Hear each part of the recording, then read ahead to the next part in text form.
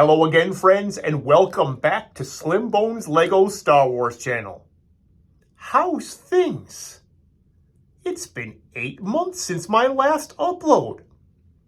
We have a lot to talk about today, so without any further ado, Season 2 of Slim Bones Lego Star Wars channel starts right meow. At last, we will reveal ourselves to the Jedi. At last, we will have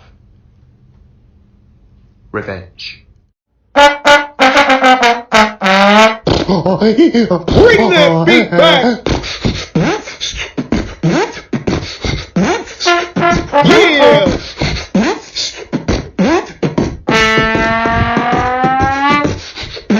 Cold Medina! Yeah! Lord Vader! Lord Vader!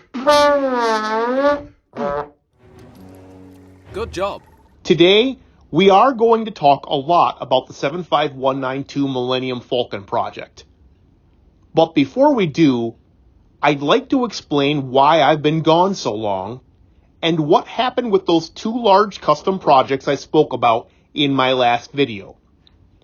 Alex Capodre's UCS TIE Silencer, and Cave God's UCS Upsilon Command Shuttle. I was very excited to build them. After purchasing instructions from Rebrickable for both sets, waiting for the 25 packages of parts to show up from Bricklink over the course of 3 weeks, then spending over a week to get them sorted for building, I can tell you that my heart was broken to find that both sets of instructions were unusable. I got most of the way through building the body of the TIE Silencer before I gave up. It is impossible for me to explain my frustration with how terrible the instructions were. It would tell me to add parts underneath the ship without any visuals. It would tell me to add pieces to a part of the ship that hadn't even been built yet. It couldn't differentiate between the light bluish gray and silver-colored grill pieces, so I would have to guess which ones were to be put on.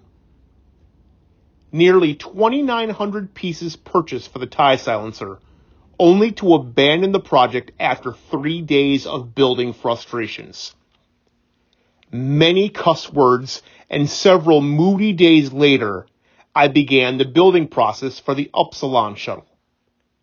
Knowing that this was a Cave God build, and that he is held in high regard in the custom LEGO community, I never could have guessed that these instructions could be as bad as the last ones. They weren't. They were worse. Not even kidding. Between the 2 abandoned projects, there were 8,800 LEGO pieces purchased and nearly $4,000 spent after shipping. I was angry and hurt.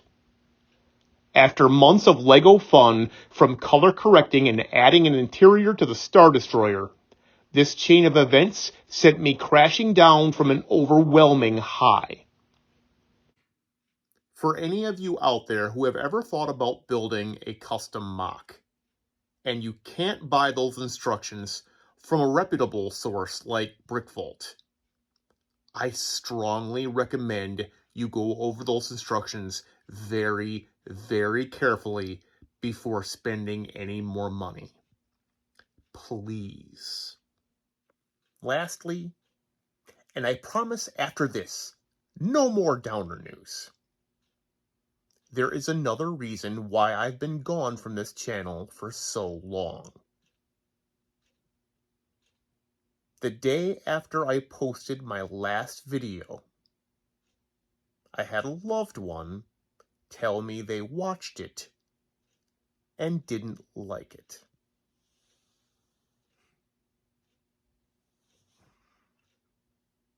Life is hard, and every once in a while, it's going to throw you a curveball.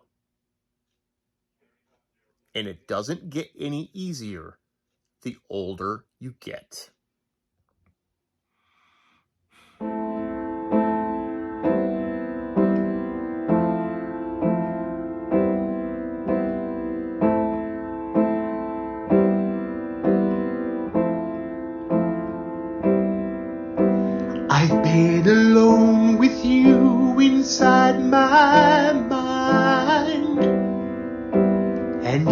dreams I've kissed your lips 1,000 times. I sometimes see you pass outside my door. Hello, is it me you're looking for? 'Cause I wonder where you are, and I wonder what you do. Are you somewhere feeling lonely? Or does someone love you? Tell me how to win your heart, for I haven't got a clue. But let me start by saying,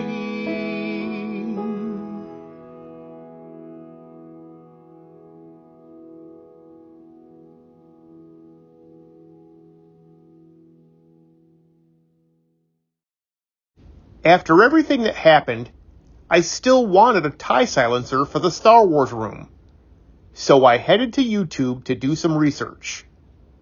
Pretty sure it was the Jang's LEGO Reviews video on the Kylo Ren'S TIE Fighter set 75179 that convinced me it was suitable. Sure, it was a bit bare bones, but I had ideas as to how to improve it. Luckily, I recently added a lot of parts to my inventory, and many of them were very usable for this build. Upon reviewing the official 75179 parts list, I threw out any pieces that were in stupid colors and replaced them with better color choices. Kylo Ren is the grandson of Darth Vader, and a skilled Dark Force user. Neither of those men would pilot a starship built with yellow Technic bricks held together with blue pins. Kylo is the leader of the Knights of Ren. He's the Ren'est of Ren'S. My name is Ren, Kylo Ren, yes the Ren is the Ren'S. I'm the head of the Ren'S, yeah the Knights of Ren'S. Don't you call me Ben or I might throw a fist, because I have anger issues and I killed my dad. Behold, Slim Bones altered Kylo Ren's TIE Fighter, set 75179. As you can see, it now has a fairly detailed cockpit interior. I dressed the wings and the top of the ship with tiles and a bit of greebling. Removed the spring-loaded shooter bricks and replaced those spots with better parts. Because the LEGO version was lacking, I beefed up the underbelly with some different type slopes and added inverted tiles to help polish it off. In my opinion, this sucker turned out great. One of my very favorite models in the Star Wars room.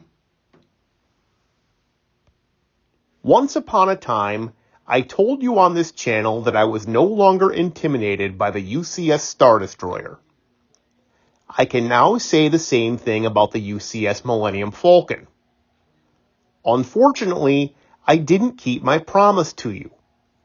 I didn't finally jump into working on improving this set until December.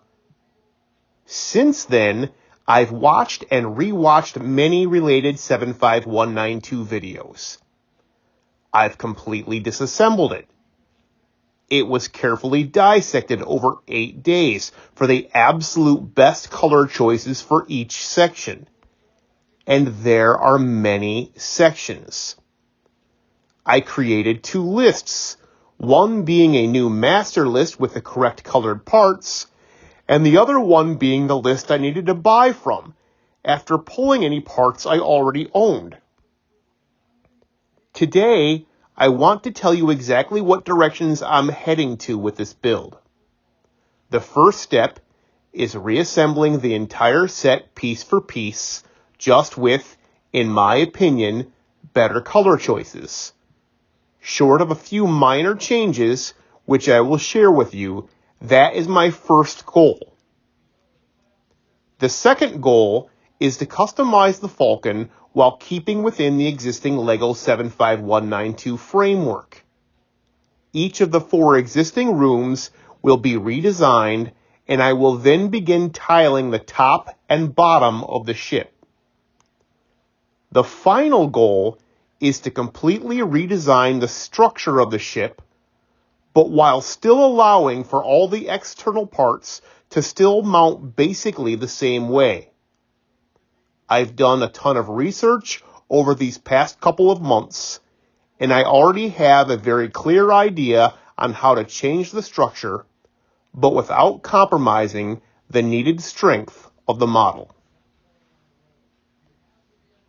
Lastly, I wanted to share with you the possibly alarming news that I have chosen white as the main external color look of my 75192 Falcon build. There are 3 very good reasons why I've decided to do this. Reason 1 is because I never felt that light bluish gray was the correct color. And while I can't say that the Falcon is actually white, I will say that within the existing LEGO color palette, the main exterior color of the Falcon is closer to white than any of their other colors. Reason 2 is for nostalgic reasons. I was 5 years old when the Kenner Millennium Falcon was introduced in 1979. While I never owned it, I always loved it and wanted one. For what it's worth, nostalgia was also the reason I changed out the colors of one of my custom Jarek TIE Fighters to white. Because yeah, the Kenner TIE Fighter was also white. Reason 3 is because nobody else has done it. The Brick Whiz did change the exterior pieces of his 75192 to white, but he also heavily customized the model to reflect the look from the Solo film. The look he ended up with was much cleaner and sleeker, but he definitely didn't change out the interior piece colors. My intention was to not go over 10 minutes with my first video back. Whoops. Friends, I am elated to finally be posting again, and I still have so much more to show you. I've already reached the first goal. The UCS Millennium Falcon has been entirely rebuilt with better color choices, and it looks fantastic. Next week, you and I are going to begin the process of putting it back together section by section while we follow along with the instruction manual. See you next time on Slim Bones LEGO Star Wars channel.